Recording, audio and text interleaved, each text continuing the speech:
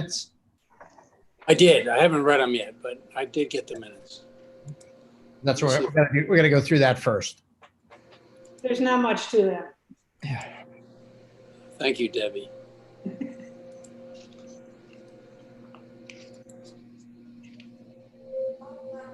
Okay, we're live.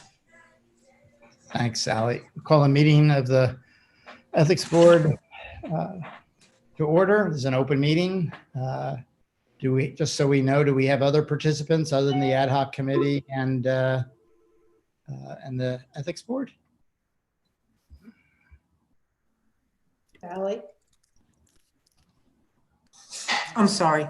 I said, is there any, I don't see anybody else on other than the Ad Hoc Committee and There's 3 people who are attendees. Right, and just me and Christy. That's all. okay, great, thanks. So the first order of business, and sorry to make you all sit through this and then we'll introduce each other, is to get our minutes approved. So Debbie, you want to lead us through that? I've reviewed them completely. Yeah, I will do it very quickly. So I sent Yoram and Jeff and Mark, I sent you 6 minutes for 6 meetings, August 3rd, 14th, 17th, September 14th, 17th, and October 6th. All of these we were discussing, we were going into executive session for advice of counsel or to meet with the Board of Trustees as co-defendants in the Goldstein litigation, except for the meeting of August 3rd, where in public session, we approved some minutes and reported on the annual disclosure form process and how it was going. So other than that, there's really not much to these minutes, but as one of my last acts, I'd love to get them taken care of. And I think, Mark, I think These were I'll some do it in one emails that he motion, sent to me about you know. we should try to work in. Somebody's talking in the background. If you can mute your, hit your mute button, that would help. Thanks. Just go ahead, Debbie. So I think, I mean, I think we could do it all in one motion. You know, Sure. so these nice people from the Ad Hoc Committee don't have to sit for 6 different motions. They got enough hurt ahead of them. Well, I know Yoram's looked at him and I looked at him. Jeff, why don't you? Yeah, I just looked at them too. So I'll take a motion to approve all the minutes circulated and referred to by Debbie Chapin. I'll so move. I'll second. All in favor? Aye. Okay, motion carries. Thank you. So welcome Ad Hoc Committee to the Ethics Board meeting. We're happy to have this meeting with you. We don't, you know, we're happy to go around the room and introduce ourselves. Maybe that's appropriate. And then Dan, I was going to turn it over to you since you have, you've got the agenda, I think. Sure. So I'll start. I'm Mark Ettinger. I've lived in town for 27 years. I've been on the ethics board since 2015, became chair, I think, in 2017, and have, at least in that period, been involved in any matter that's taken place, legislative or compliance or what have you, since that time. Why don't we just go around, at least the way I'm looking at Yoram, why don't you're up. Yeah, Yoram Miller. I've been in the village about 17 years, and on the ethics committee, this is my 2nd year. Debbie? I'm Debbie Chapin. I've been in the village 35 years, I believe, although I grew up in the town. I'm a former mayor of the village of Mamaroneck, and like Yoram and Mark, and I'll preview Jeff's statement also. I'm a retired attorney. Some of them are practicing attorneys, some are retired attorneys. But You're never retired. I'm a recovering attorney. Oh, there you go. And I've served on a lot of not-for-profit boards in the community and elsewhere. Jeff? My name is Jeff Megan. I've been a resident of the tri-community area all my life. And I'm with a family law firm in Mamaroneck that dates back to 1897. Which is when you began practicing, no doubt. And I haven't been practicing that long, although some days it feels like it. Okay, Dan? Hi, I'm Dan Carson. Thank you all for tearing yourselves away from the television screen to meet with us at this time. I can tell you it's a welcome respite for me from the, we're all over caffeinated here watching what's going on.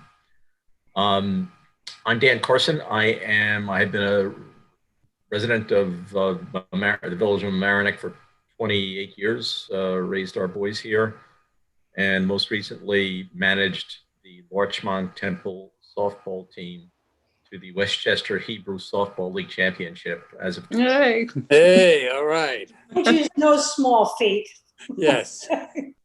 So I just thought I'd throw that in there because we're still kind of euphoric from having won. Did you play by the rules? What's that? I was joking. I said, did you play by the rules? Oh, we actually, now that you bring it up, and I won't dwell on it, we have it in our league what's known as the Mensch rule, which means that we don't adhere to very, very strict rules, and we want most of all to have fun, and so we refer to if somebody commits an act that is not sportsmanlike, we say that they violated the Mensch rule. So. I will ask the other members of the ad hoc committee to introduce themselves now. Well, I'm Jocelyn Donat. I've been a resident of the village for the past 20 years. This is my first role on the ad hoc committee. And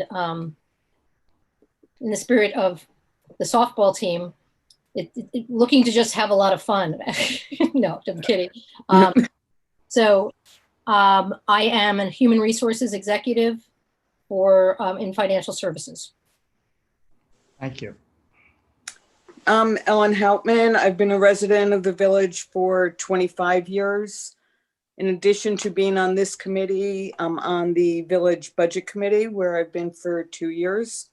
This past budget cycle was quite challenging due to the pandemic. And looking at our actuals is even more challenging as we're rolling through the year.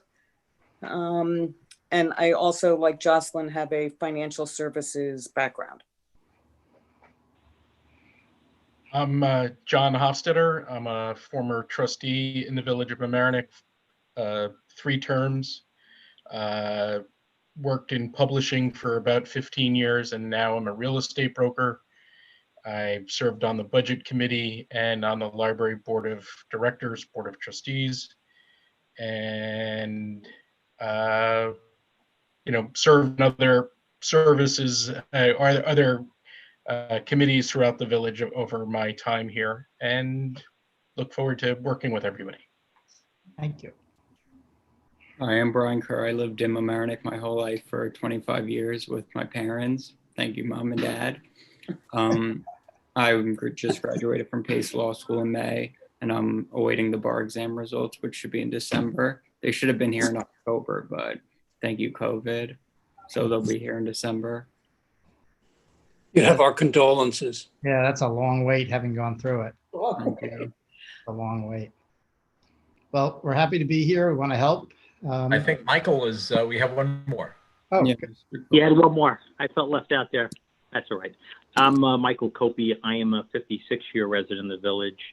I have served on a number of search committees for village managers in the village. I was also the fire chief, and I am a member of the fire department for almost 40 years. Currently, I do emergency management for the state of New York. Thank you. Okay. You're being modest, Mike. I guess I should add also that I'm a practicing lawyer of more than 47 years and have served on a couple of village committees as well. Mark, may I begin? Any other comments before we start? Sure, please do. Okay, first of all, thank you again for taking the time to spend with us.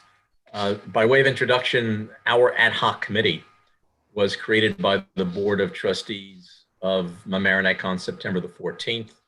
Officially, we are charged with reviewing the village's current code of ethics to identify its strengths, limitations, and opportunities for improvement, review ethics codes and standards from other municipalities, and make a report and recommendation to the Board of Trustees no later than December 31, 2020, identifying specific amendments to be considered and other best management practices of the village.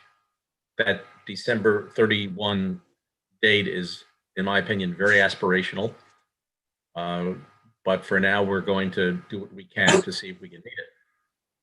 Our intention in meeting or request to meet with you is to learn about the function of the Board of Ethics and to ask you your views on the current Board Code of Ethics and what changes, if any, you would suggest. We are very, very much focused prospectively on evaluating the Code of Ethics. We are not conducting an investigation. We were not appointed to review any specific matters considered by the board or any litigation that has arisen as a result of board matters or any other committee matters. Our strict mandate and charter is to look at the current Code of Ethics and see how we can, if at all, improve it. So I think we're all happy to answer any questions you may have about how we were impaneled. And I invite my fellow members of the Ad Hoc committee to jump in as they see fit. I'll take the liberty of asking the first question, just generally ask an open question as to what are your views of the current Code of Ethics and where, if at all, you think it needs improvement or revision, and what changes in the code would you recommend? If you want to ask a prefatory question, though, about what we're doing here, before answering that question, please do so. But that's my opening question.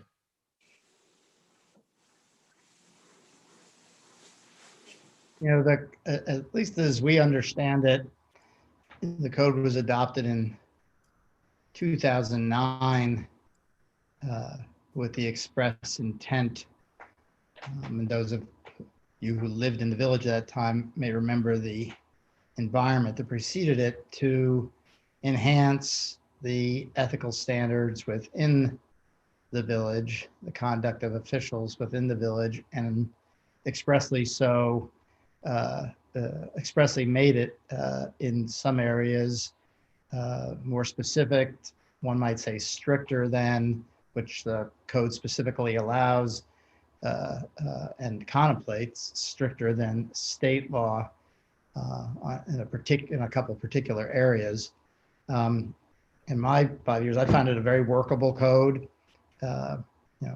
Heard sort of a number of informal and some formal complaints, as well as we've operated the annual and other disclosure requirements of the code. I don't think we found any problems in the law as it relates to the annual disclosure. We found lots of problems in compliance throughout the village, top to bottom, bottom to top, however you want to look at it. Some just because people have busy lives, some for other reasons, but at least if you think of annual disclosure as the simple cornerstone, along with the policy statement, that portion of the code seems to work well in terms of what the law requires. In that specific area, I think we would all think, and we've been to the board several times about this, that if you were on this board, you would spend a substantial amount of time writing folks who don't submit it, asking them to correct everything, a lot of clerical issues. I think the form could be slightly improved, but it's if there was any change, I would suggest there, just to throw something out, it would be to have some teeth in the compliance, because as everybody on this phone call from the board, ethics board knows, we spend months of time gaining compliance by folks. And that is, again, the cornerstone, because it's in that annual disclosure that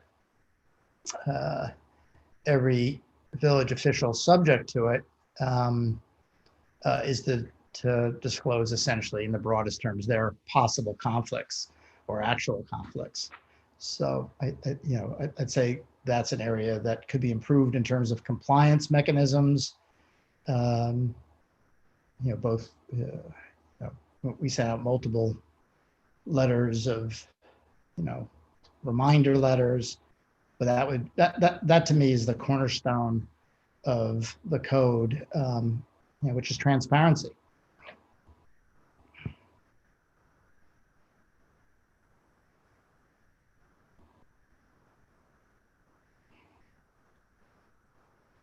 Since no one said anything, that one other comment on disclosure, again, because it is the cornerstone of the code. We have requested multiple times that, and the statute requires, that the list of officials who are subject to the code be updated. Interestingly, in the Village of Mamaroneck, we have quite a few people who file voluntarily because they know they should be subject to the code, because their positions are such that on a parallel or analog basis to the other filers only makes sense that they would file. So the first thing I would focus on is the annual disclosure form, and creating some ability after some period of time to have some teeth in the statute, because it is an undue use of volunteer time to simply track folks down to file something that's statutorily required. And Sally Roberts' time. And it's a great point. Historically, Sally and I spend, and Yoram did it this year, spend a tremendous amount of time gaining compliance with simple filing.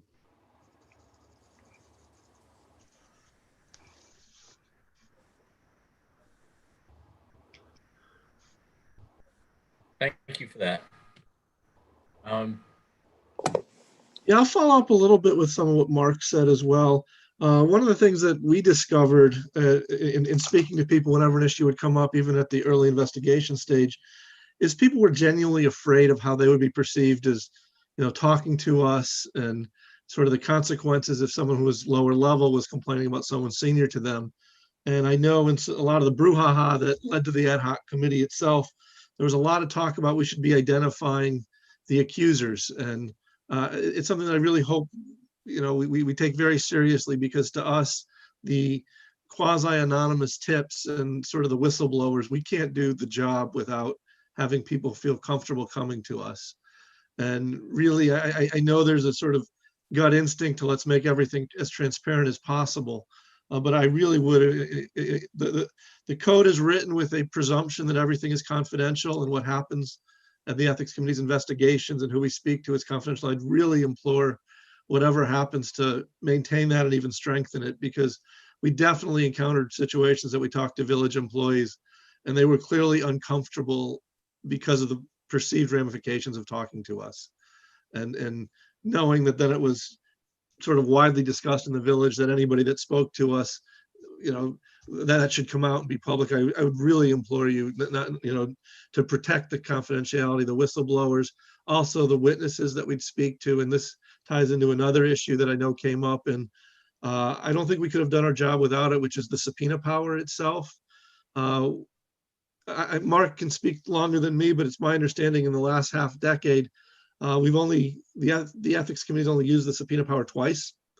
Right. But just when we talk to people and employees, and we'd say to them, if it makes you more comfortable, we can issue a subpoena so you don't have to be viewed as a rat who's, sort of speaking against people, but just feel comfortable to know that it's just part of the village code, and it's part of your job to speak to us and give them that cover. That's something I'd really, again, I'd hate to lose. Plus, when we do investigations, and we haven't done many at all, but some people are really viewed as a part of their responsibility and are very cooperative and helpful. And others, if it wasn't for just the threat of a subpoena, we wouldn't get documents, or we wouldn't be able to talk to people. And so We've been very judicious in how we've used it. I'm assuming that predated our time on the board. I'm sure it will be with future board members. But having that subpoena power, it really is necessary. Otherwise, you're going to be just chasing investigations with no ability to get the information to actually do the investigations. And related to that, most everything we've done ends up getting resolved cooperatively. I don't think there's any intention from the ethics board, and the code itself, I think, is written this way that between the advisory opinions and just the general discussions, most everything gets resolved amicably and without anybody outside of the ethics board and the person we're speaking to knowing about it. Even the advisory opinions, the ability to keep sufficient information out of the public eye so that when people come to us, they can feel comfortable coming to us with potentially embarrassing questions. We can issue an opinion that that person can rely on. We can redact enough of it that the village as a whole can benefit from whatever the decision was without the person that came to us ever being identified. Again, that's the one thing I'd really hope we keep that spirit that's within the code of encouraging ethical behavior, trying to raise the standard of conduct, and at the same time really respecting everybody involved in the process and their privacy, because we do deal with issues that people don't want to have public and aren't even comfortable talking about, and to give them the greatest comfort before they start approaching the ethics board or speaking to us, it's really something critical and I hope gets maintained. Hey, Yorm, let me just break it down Sure. into two pieces. Let's just start with the sort of the general notion of whistleblower, which there is a statutory provision. I think it's the last provision of the code. It's a bit ambiguous, and we have previously suggested it be more protective. You said investigations. The reality is, since I've been on the board, I think we have done three in total, only three true investigations. And you have to break down the process. So it's really as much and only three in at least my 5 years. Two, just for kicks, the first one was a matter brought by a former official against a current official, and that of the same party, and we looked into that and concluded it was not worthy of, that was one investigator worthy of any type of enforcement action. And the second one was the Santoro matter, and the third was the Goldstein matter. But that would represent, other than the Goldstein matter, which did have a sort of take a tremendous amount of resources, that would be a relatively small part of what we deal with. I get, and this is my concern, I have a list of a number of, let's call them calls I've gotten, and others get them, where serious violations are disclosed with the, let's call it the usually another village official or often village staff, concerned about some conduct that they saw or pattern, who call and then do nothing. We've only acted on one matter ever on our own that I'm aware of without a formal complaint, but there we had so many calls that by people who were also fearful. So the whistleblower statute's important not only at the investigatory stage, but prior to that. So I believe that what Yorm says of that being critical is the case.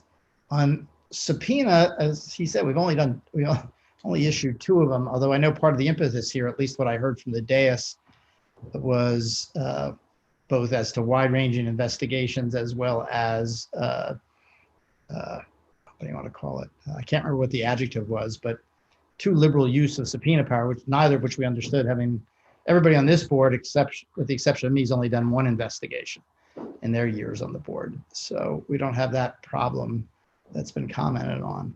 On the subpoenas, as Yorm said, we've done two, but in the casual conversations you have with people, it's not so much the threat, it's more the discussion. When someone comes to you with and it's usually about somebody, could be trustee, it could be staff member, official, it could be in every direction one could imagine.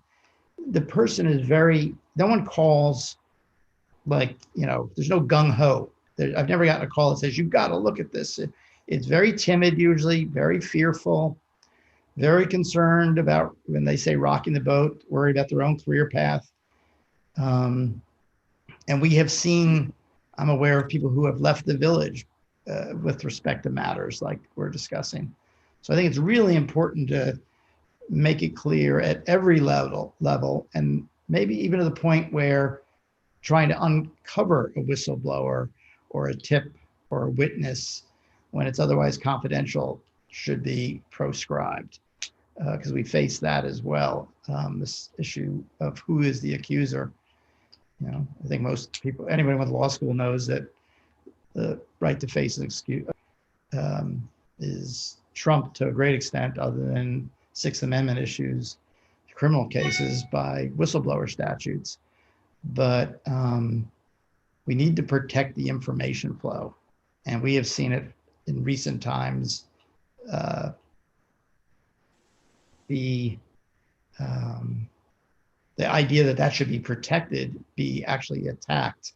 If you listen to public comments during the public hearing, May 27th, you'll hear people, saying that constitutional rights were being abridged. But the purpose here is to have people who are particularly in a subordinate position or fearful that they would have retribution that could hurt either their ability to conduct policy, to do business. I think it's a very serious issue that we have learned a lot about in the last year or so that should be addressed. Whistleblowers, protection of people who come forth, and I'd say a proscription against attempting to figure out or out such a person. And that's in the code, what I just referred to, but it's very gentle. If I may, so the code itself, and John Hofstadter was on the board when they approved it.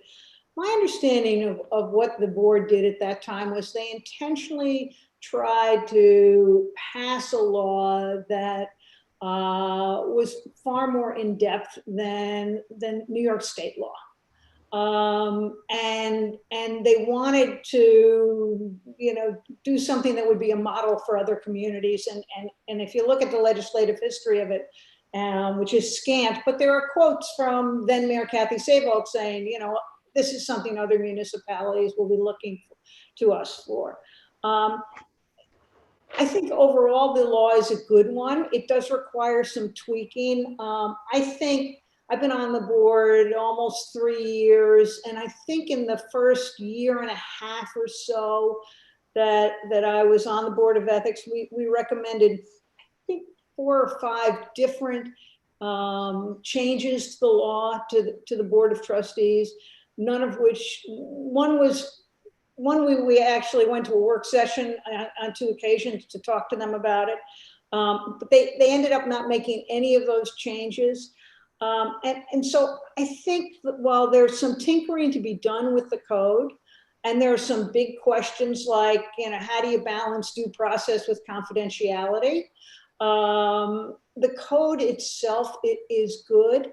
It's overly complicated in some places, like transactional disclosure, which is kind of burdensome. And in fact, I think we recommended some changes to that particular provision.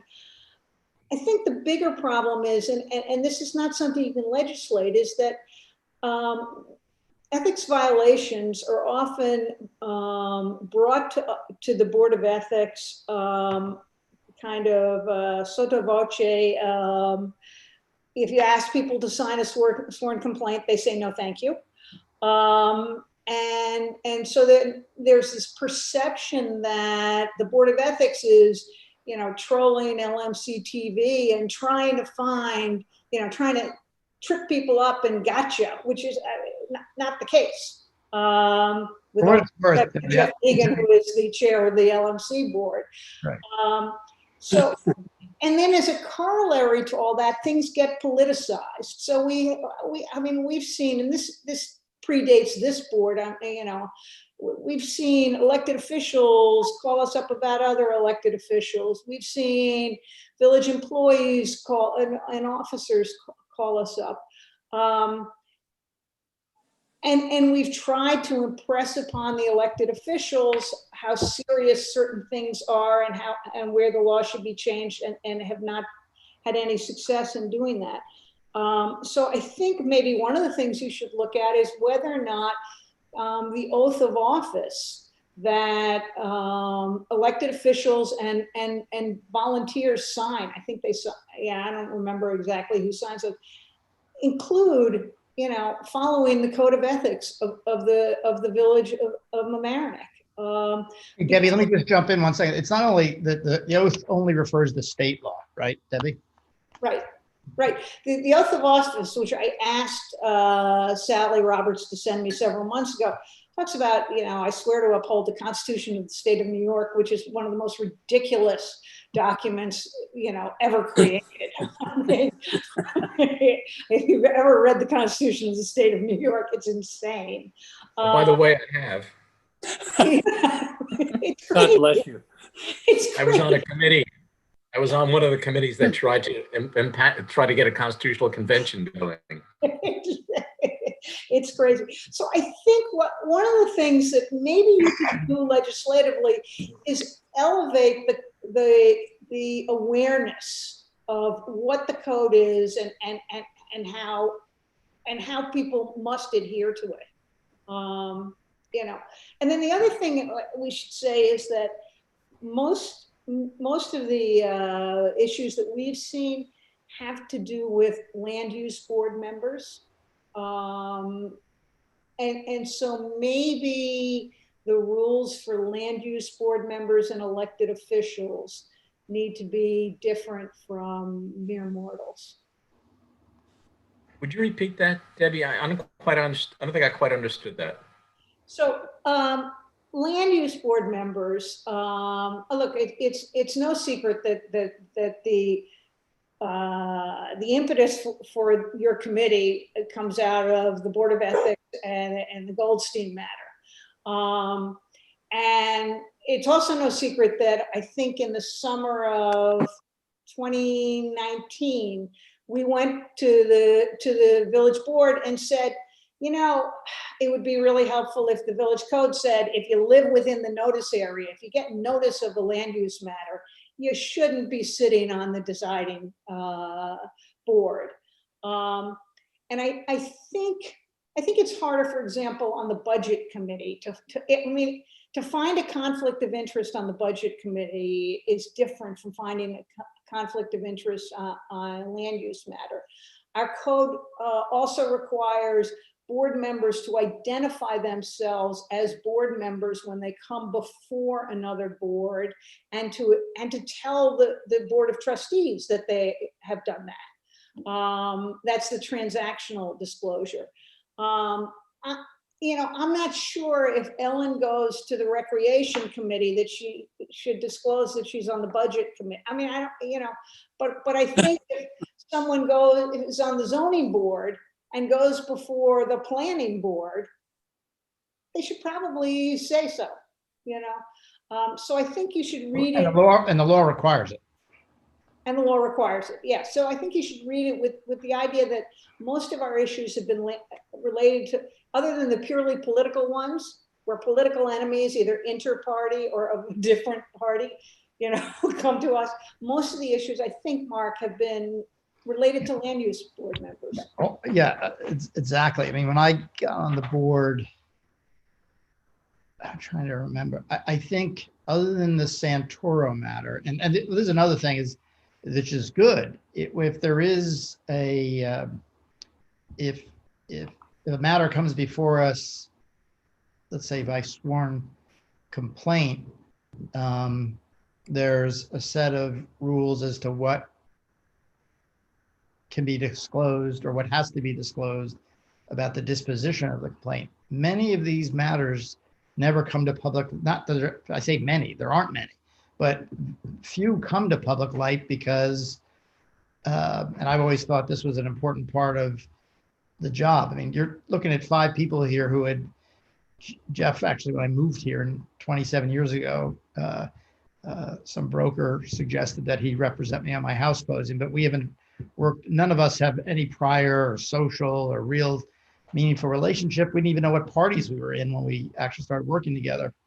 But I think it's almost, other than the Santoro matter, I would say, other than village trustees, I should say that, because we had a lot of village trustee calls. But I think before I say it, I'm thinking through my mental list. I think every matter we've gotten, with the exception of a matter regarding, let's call it the use of boats in the municipal docking area, has involved land use.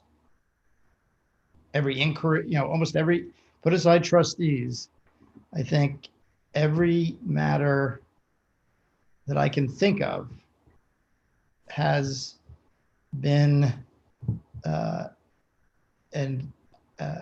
issue with respect to a land use board member. And it makes sense because that is an area that is more monetary, more fraught with conflicts. Saying with respect to matters before the Board of Ethics, that most of them are land use matters? Say it again, Dan, you broke up. Is what you just said, that most of the business of the Board of Ethics involves land use matters? I would say most of the compliance, or outside of annual disclosures, which is just a 5-month, frankly, if anybody else did it, nightmare because of the inability to get people to do it. Anything that colloquially you might think of as a matter, something that raised an issue of application of the statute, either informally, i.e. calling up a land use board member and saying, hey, I got a call, you spoke before the planning board, you're a ZBA member, you may not know it, you're supposed to disclose this. You get various reactions to that. But then the person sends a 3-sentence letter, nothing onerous, nothing admitting guilt or anything, and it's over. Those no one knows about those. But whether it's those types of issues or actual complaints, either formal or call them whistleblower, I can't think of one that didn't involve either a village trustee or a land use member, with the one exception of this dock issue. But that has been, in 5 years, that has been the pattern. And the pattern shifted. It was I remember being told when I joined the board by the prior board, there was a judge on it, a doctor, all sorts of people, that we try to keep the village friendly, because you had in between, you had one member of a party accusing a member of another party. You had all sorts of stuff going on. You have some let's call them, activists in town who are more active in filing complaints or involved in the perimeters of this stuff. But most of it is whether it's informal, formal, that you wouldn't see because the person wasn't found in violation. The one land use case that did become a true investigation hearing where the person was convicted, that's of course public. But it's all land use. That's not to say there couldn't be someone's taking, you could find a village, I guess you could find somebody, did something unethical to get an extra tree planted, but that's not the kind of stuff we hear about.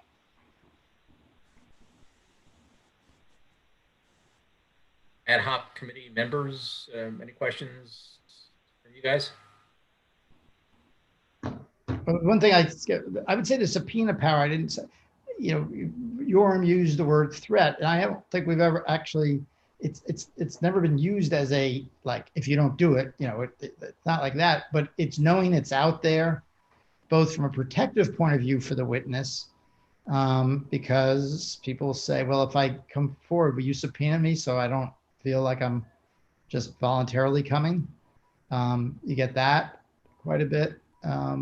Or in a recent matter, we had reason to believe that we weren't going to get materials that we had part of, and we knew there were more, there had to be, and it was necessary. But that is something to use very judiciously and not broadly. And the other thing is that I think it was Nora Lucas who set up a training session for volunteers in the Village of Mamaroneck through NICOM, the New York Conference of Mayors. And a guy, I think his name was Mancini, came down and did it. Yoram and I both went. And one of the things he said was, not all ethics committees have investigatory powers.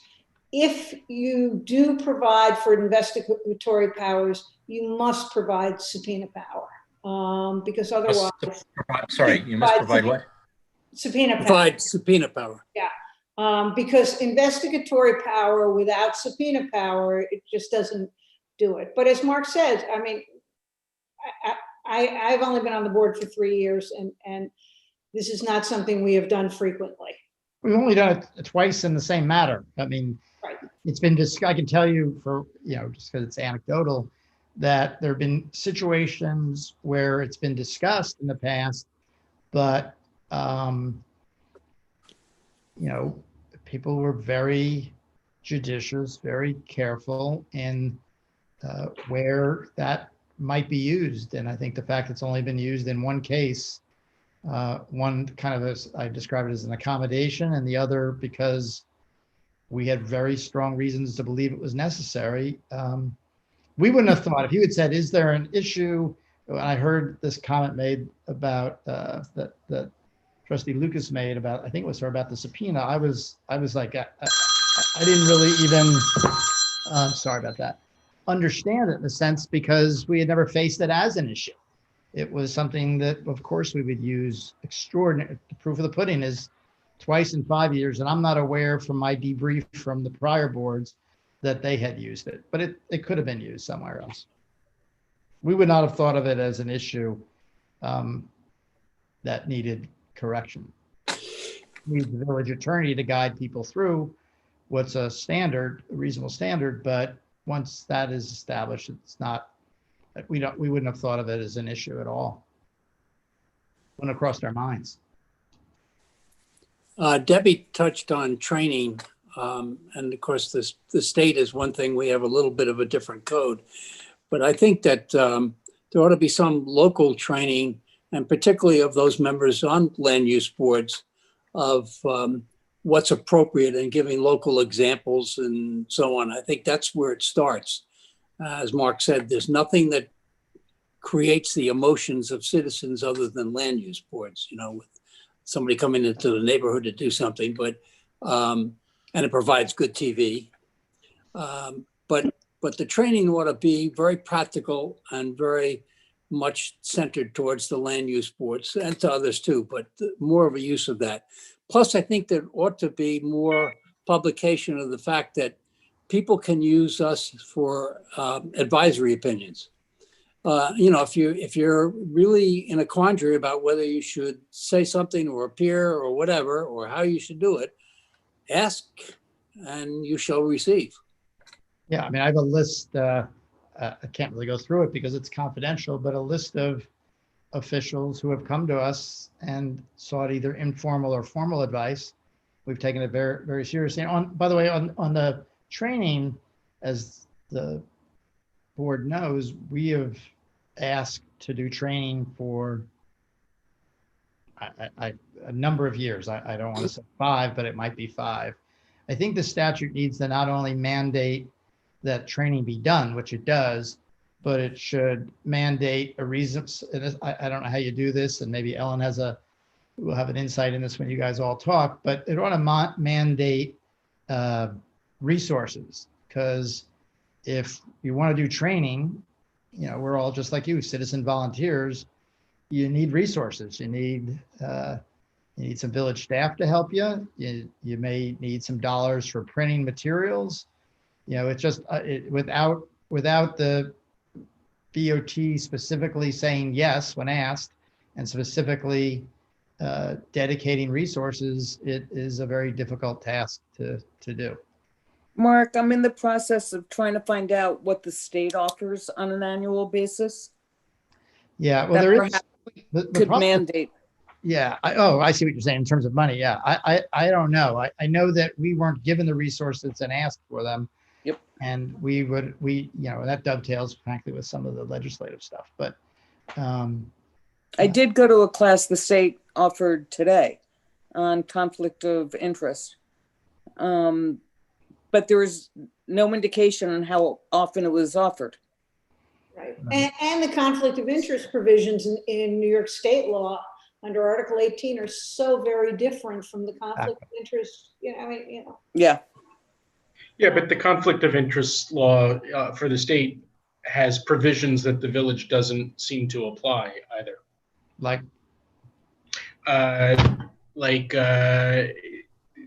As we were going through the course today, I found it very interesting that there is a conflict is proscribed. You even if you disclose, there's still there are issues where disclosure does not absolve. Correct. But, and by the way, and we have historically in the village allowed people to disclose and move on, and participate in business transactions with the village that, according to the way I heard in the class today, would be proscribed. They're not allowed. well, I am not. I wasn't in that course. I mean, if you were to disclose that, disclosure doesn't, for example, cure the recusal provisions, which is the ultimate answer to conflict, right? That you don't participate in a matter where you have a conflict, however one defines conflict. I suspect, John, but I'm not sure because I don't know.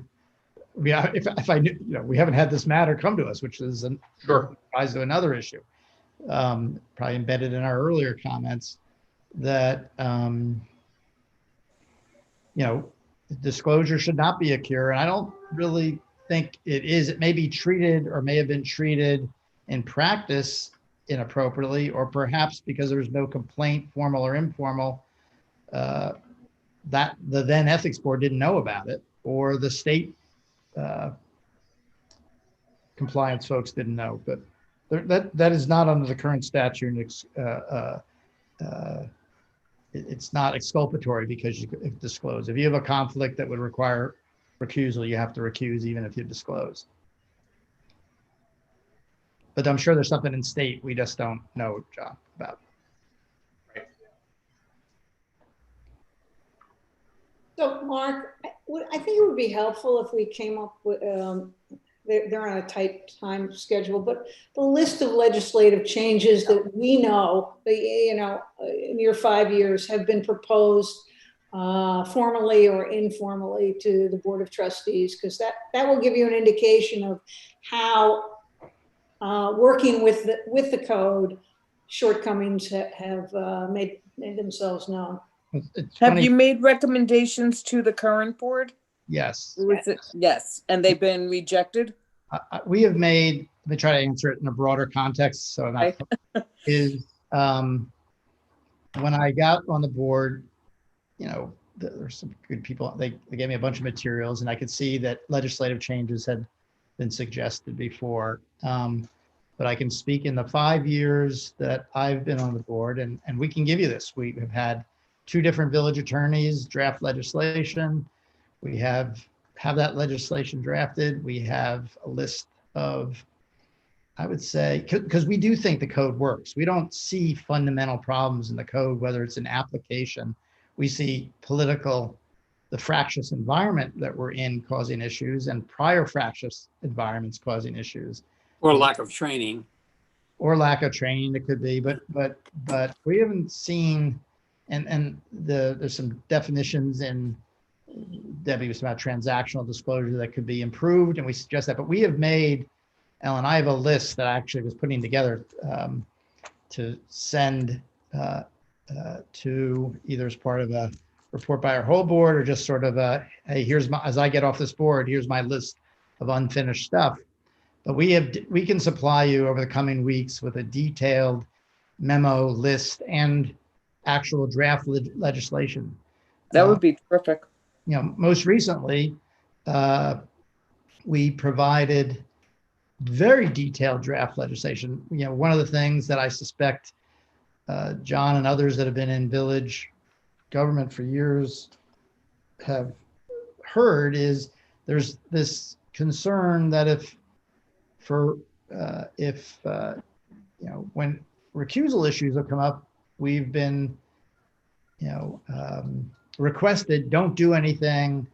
If you do, there's already 2 recusals with a third, that'll mess up the matter. It'll be deemed disapproval, blah, you know, all that kind of stuff. When the real issue isn't that, the real issue is, should the person be hearing the matter if there is, I'm not saying that, if there is indeed a conflict, which we'll come back around to talking about.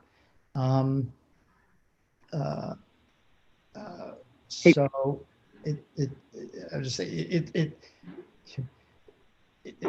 we have applied very detailed legislative suggestions to this board and the, you know, the prior board, same people generally, without action, response, constructive dialogue, etc. So nothing that you have in your tenure on the board proposed through this legislation has been adopted, or components, or just nothing has been?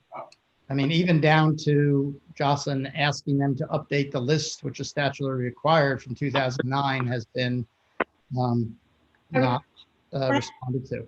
Right, frankly, even asking them, New York state law says no gifts to an employee or officer in excess of $75. Our code says $50. We said, hey, it really should match state law. Didn't get that. There's been no response. Especially with inflation. Right. And maybe it should Exactly. be $2. Right. We're hopeful. We are hopeful. I can say I'm very hopeful, having worked on all this legislation. I mean, that you all will do a better job than we were able to do, or be more successful. I mean, this draft. Mark, can I ask one? Yeah, sure. I'm sorry, it's Michael Copey. You said about 2 minutes ago, you said you felt the code was good, but that there were problems. Did you say the problems were political? And if that was correct, can you just expand on that a little bit for me? Sure. I mean, there's some technical problems in the statute. I'll give you an example. You try to read the ongoing disclosure, like what happens, take Debbie's example. You show up, you're on the zoning board, and you show up to a planning board meeting because you care about the matter that's there, whether or not it's been to you or not. You know, I would have thought it would have been pretty obvious. You let people know who you are, and the statute requires it, but the statute's a little bit messy there, Mike. And so it's mainly been educating people, and I think education would work there.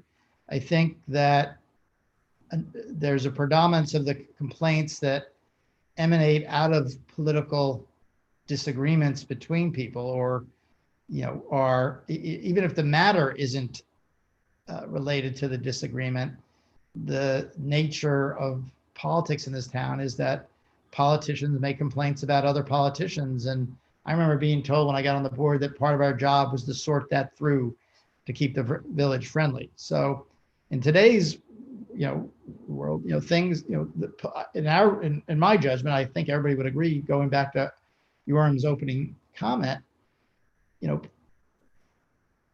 officials who are political by nature should not be, you know, trying to evoke an answer on who's the whistleblower, who's the accuser. I mean, they can't. How do you have a system that relies on subordinates when the politicos will, you know, challenge the fact that stuff that is statutorily confidential isn't being disclosed.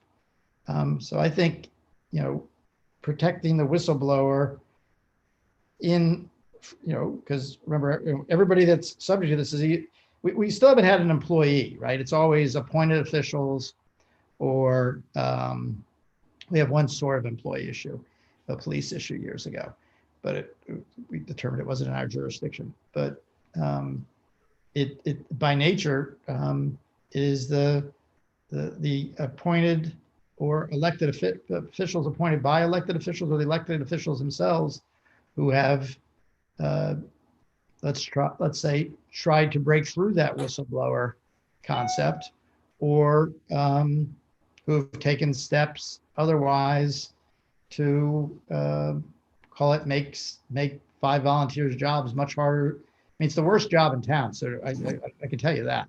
I don't think anybody here would sign up again. It is a miserable. There's nothing happy. You don't get to plant a tree. You don't get to and we don't get to correct legislation because of the politics of it. That was just going to be a follow-up to my question, about if this was political. And I know this is tough because, we're all volunteers and everything you do. At this point, do you think that's something that could continue with a volunteer board, or even something like in the earlier part of this discussion, you talked about chasing down the disclosure forms and that becomes time consuming. Do you feel as if this board, at this point, it should be considered to have somebody non-volunteer doing this? I think truthfully, over the 5 years, I've seen it work really well and really kind. And, it's as a result of this, let's call it the politicalization of this last matter that gave rise to, now we're talking about changing legislation. We've been talking about it for 5 years. So I don't really, I see that as even scarier to the informant, call it. An informant is maybe too big a word. So no, I thought it worked. I didn't really see any I didn't, when I was the young, the new guy on the block and sort of sitting there trying to learn, or I haven't seen that be the problem. I think it would be great to have something in the statute. There's a specific clause in the statute, and I can draw a reference to it if you want to know, that states that anybody who's a public official, appointed or elected, has to cooperate with the ethics board. Put aside that doesn't happen. Very recently it hasn't. I think it should be mandated that they won't interfere, won't impair. Most of the matters, Mike, don't get to a level of call it a crime, where a public enforcement officer would be necessary. We have the right to refer things to those type. I haven't seen anything or heard of anything that would get to that level of professional necessity, particularly with, at least I've had the benefit of both Charlie Goldberger and Bob Spolzino, who are both professional, and Christy, is Christy still on the phone? And Christy, and before her, Kristen Halpin, who have all been very professional, very on top of this, and very lawyerly. So I don't think that would, I think that you might find, I'm not sure, Mike, that might dissuade people from coming forward because it appears to be so consequential. But sort of, I want to touch base on something that you said earlier about like tracking down closures and getting all of that paperwork in. Couldn't something as simple as some legislation change basically say if you don't have your disclosure in by 30 days after you've signed your oath to office, you can't take your seat? And that's a great precursor to what I think it might suggest is that tends to happen because when they get seated, if they get seated midterm, you've gotten appointed, Sally gives you the form, you're not feeling your oaths yet, you fill it in. That has not been the problem. The problem is these things are due February 15th, and I could pull this out, but we've had years recently where only 2 of the village trustees send it in on time. We've had them where it's taken a month to get. I think it was 2018. So I think the next step in that, your thought, John, which is a good one, and I think that would be great to legislate. You can't sit, you can't hear, is if you're already seated and you fail to file and you haven't filed, say, by March 15th, one might suggest legislation that would say that person, can't sit on a matter. It's Is unqualified. yeah, they're deemed recused, or whatever word you want to use. And then if they haven't filed by 60, they shouldn't, why do you need 5 people chasing, someone else? It doesn't make any sense. And very Well, I mean, rarely, almost never. But sort of to revisit that, my thinking would be that somebody who doesn't fill out that form, the disclosure form, and doesn't fill it out effectively and intelligently is putting the village in a liability issue. And if I was an applicant and I was going before a board and I knew about these issues, the first thing I would do is ask to see the disclosures of every member of a board if it was contentious. And if they didn't have them filed, it would be a problem for the village. Well, and I agree with you, but the real issue is if you're showing up there and you're a regular person and you got a house and you got to you had a new baby and you want to put a little dormer on and you got to go before the architectural review board and planning, blah, blah, blah. I don't think that you're not going to come in swinging like that. No, I agree. But I mean, if it starts to go south on you and you ask for that information and you find out that 3 people who are sitting on a board haven't filled out their disclosure forms, you walk out of there with a feeling of resentment. 100%. We agree. I sort of like the idea. We haven't actually, sort of 30 days in, you don't get to sit, and 60, you're gone kind of thing. Because there's no reason not to. By the way, rarely when these people are delinquent, they don't file on time, is some magic thing hidden that's apparent to us. But it does what's the word when you undermines a system where there are, we've had, in most years I've been on it, I'd say well over half the land use board members don't file. I'm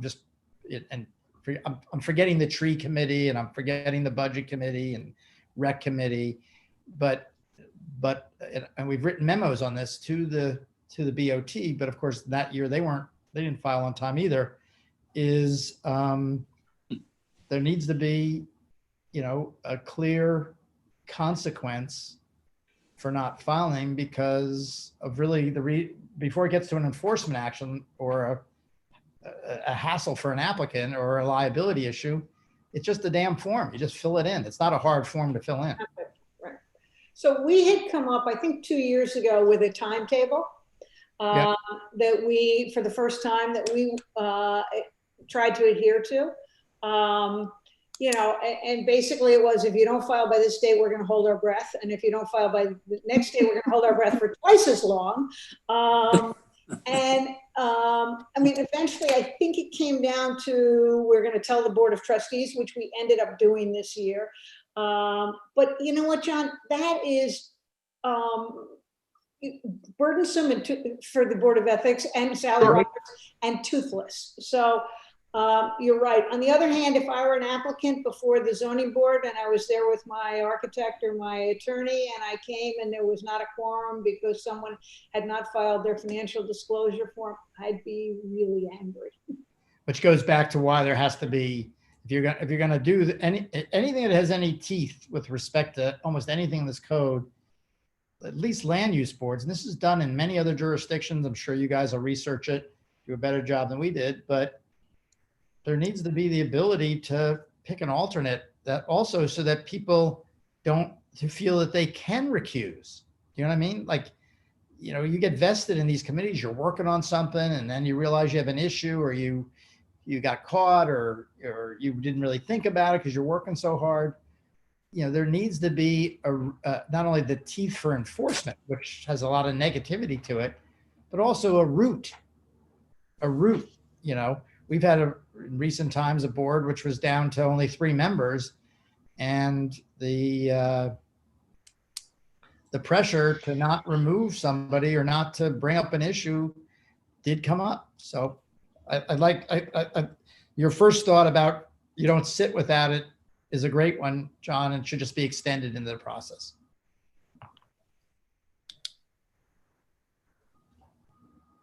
Ad hoc committee members, any other questions?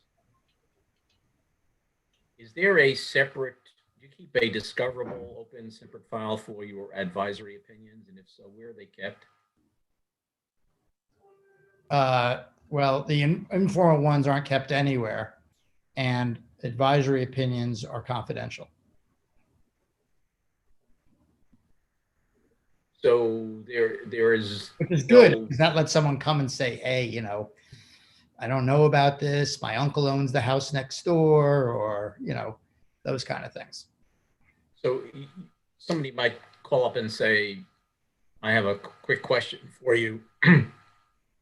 And is that response given by a member of the board? Is there some record made of it? Is it? You know, it's required by law to be confidential, so we know it. You know, there's hopefully some continuity on the board. I mean, my computer. There isn't a file of anonymized opinions that one might search for guidance. No, but I can understand why you'd ask that. Those have not been problem. It wouldn't be a bad thing, but we're so resource constrained and haven't gotten resource. That would not be high on the list, because it's not repeats. It does, at least when I've gotten it, doesn't tend to be repeat stuff. I got a call from somebody about 5 months ago that was on a board, and a house was being moved past their house. And being that didn't really, that's not going to come up again. So no, that is, those matters are not, but not allowable. I mean, they're. Mark, I believe the code allows us to remove the identifying information and disclose the advisory opinions when it's written. Redacted format. Yeah, when it's written. Yeah. When it's written, we can do what you said, which is, you know, cleanse it of names. Although the reality is, in this village, anybody here that has served is cleansing, you know. That wouldn't be a bad thing if resources. Bless you. I wouldn't have that as a priority, Dan, but it's not a bad thought. I mean, in a perfect world, we'd have it. Yeah, I understand. Yeah, you can. It's not been a problem. New York State Department of Taxation does that with anonymous issues and that sort of thing. Thank you for that. Thanks for the answer. So do you file an annual report? Yes, we're getting ready to. And is that a public document? Yeah, I think the way we've done it in the last several years, it doesn't read, here's an annual report. We have essentially done it in 3 stages. We've done it as a report of who did or didn't disclose. So for example, this year, we sent a list of 9 folks after 4 months who had not filed for 3 months, went to the board, and I'm not sure what happened after that. Board of Trustees. Board of Trustees, right. That's what it requires us to do, is report it to the Board of Trustees. One would assume, to John's point, that if one received that, you would find it troublesome and some action taken. But as you can tell, I'm sure their priorities are difficult too. But every year you appear before the Board of Trustees and give a spiel about what's going on for the year. So in a sense, it's a public record because it's a public meeting. Yeah, and it's on LMC TV. It's on TV. But you don't typically I've done it. Report, do you, Mark? You don't submit a written report annually. I think we are this year. We've done it, like I was starting to say, we did in 3 sections. We did who's not following the annual disclosure, because that was a cornerstone, and we didn't want to wait till later to provide that. We have annually, I think in all but 1 year, made a legislative report, which is the summary I'm working on. And we have made in the context of the legislative suggestions, that has brought to bear our actual annual experience, because it's out of that experience. I promise you, we're not sitting around intellectualizing, we're too damn busy to intellectualize this. We come to them with legislation that we think is necessary based on our firsthand experience. So that's available. The legislative thing, when I get done with it in a week or something, the legislative thing will save you hours of time of going through looking for stuff. Would you, is it appropriate for you to provide us with a copy of that? Yeah, I will, of course. That's what I was saying. So when I get done with it, because it'll be part of this year's annual report, it will be public, and I think that'll help you guys a lot. It'll also give you a sense of how narrow the legislative issues are. Maybe we've made a suggestion of 1 or 2 a year, which on a statute that's 11 years old is not an overwhelming request or learning on our part that something had to be changed. I'll give you an example of something else that just popped in my head that suggested that I think would be really a great idea. I think in the recusal statute, it says, and this came up in the Santoro matter, and it's come up elsewhere in questions, is that when you recuse, the statute says no further participation. If you've read, section, I think it's 21(4)(c), maybe it is, something like that. We had asked, as an example, it just popped in my head, that further participation should mean that you step off the dais, leave the room, and don't discuss the matter with your fellow trustees, or with knowledge that you're sending information to your fellow trustees or board members once you're recused. That's the kind of thing we would have thought was a layup to say yes to.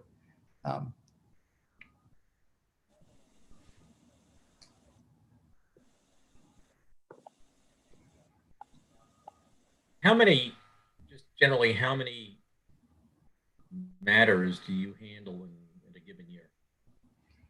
Depends what you call them. Let's put it, you want to take out the annual disclosure chase, take out the annual disclosure compliance.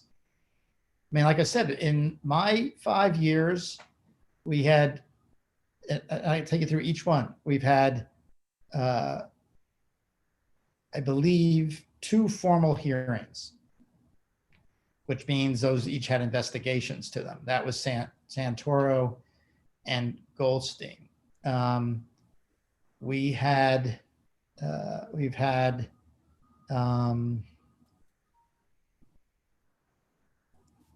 2, maybe it's, I'm trying to remember if it's 3. I have the list on my, I'm not sure how to pull something up and still see you guys. I think we've had, in that whole period of time, other than those 2, 1 or 2 other investigations where, essentially, put it in the colloquial terms, we didn't find a reason for further action and the matter was dropped, no public disclosure.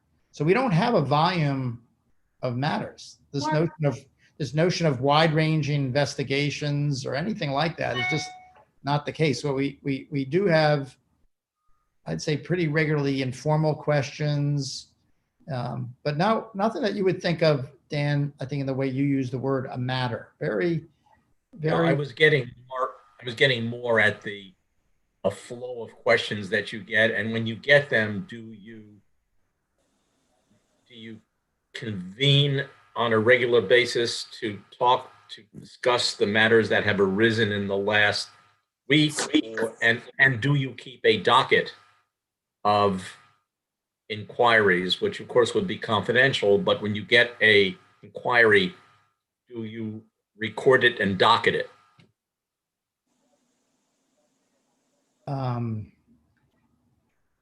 We could go back and talk about the confidentiality part of it. A lot of these inquiries come from generally very well-meaning staff. I live in a building, it turns out that they're going to be renovating it and I'm the village planner. What do I do? That would be an example. I'm just making it up. That would be it. So there's no real, we'll discuss it. Some of the questions are obvious. I want to make a gift, or I want to go to I want to go to a charity thing, you know, but where it's clear on, it's not really an issue, it's just lack of education. We've all answered those. But if it's anything more, we go to the group and discuss it, but it's not kept in a, as far as I know, it's never been kept in a vault somewhere. Is And there a process by which the responses, like if someone contacts one member of the board for advisory, do they answer or do they consult with the rest of the board before responding, just to ensure that individually there weren't separate answers or different answers for other situations? Like how, like I'm just trying to envision the access to the board, or everything that comes, to Dan's point, is discussed for that week or for that period of time since you've last met before, you know, I assume some of these things need immediate response, but just what it's the process. There's things come up that are self-obvious, like, should I disclose this? And it's closed. Well, you'd be better off disclosing if you're comfortable, and they do it. So then it's reported and there's nothing. But you know, when we've had requests, I'm trying to remember, Debbie, Yoram, Jeff, I don't know if have you guys ever written or been part of a written advisory? Have we gotten since you guys have been on the board, gotten a request for a written advisory opinion? We did. We had the example that you gave of the person that had the house being moved past their property, Right. For example.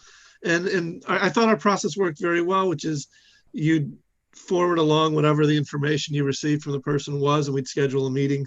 You know, obviously with the open meeting law issues, we'd address those, go into executive session and agree as a group how to give the advisory opinion. And typically it seemed what we did is someone would be tasked with notifying the person what the ultimate advisory opinion would be, so we could act timely.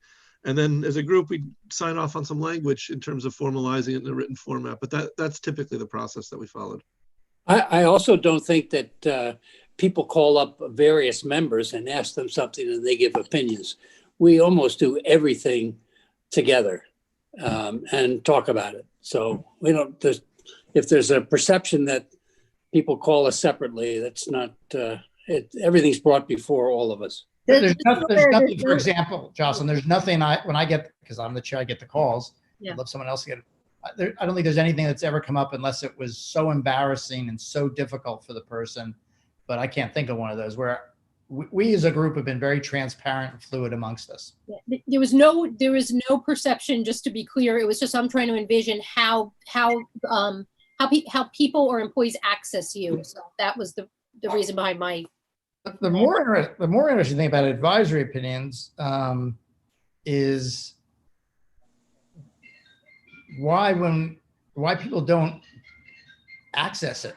We have, yeah, that was my point early on. Yoram have been on this point because, you know, we have had behavior or conduct or actions where a simple advisory opinion could have at least made what might have been helpful.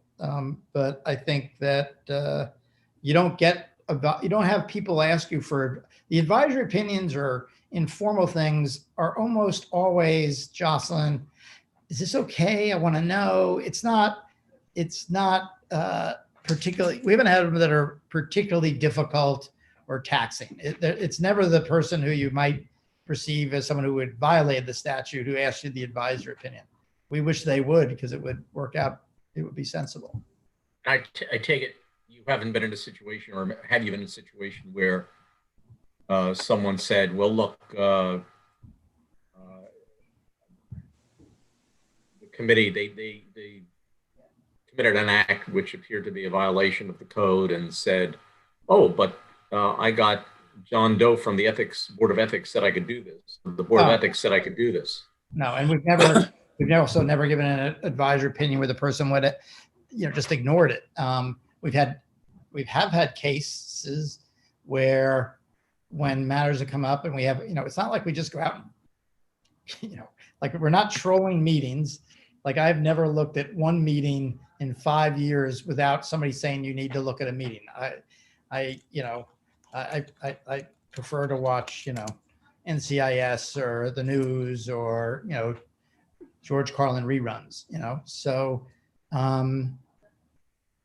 no, there's no trolling. And there's also, what I would say is the cases that have most surprised me about advisory opinions is where someone is doing something that is,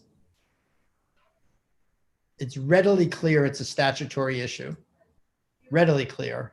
That's why you're sitting there in a room talking, and you suggest that you go ask for an advisory opinion, because then you have village attorney, and we have an appellate judge who's the village attorney. He's excellent at this stuff.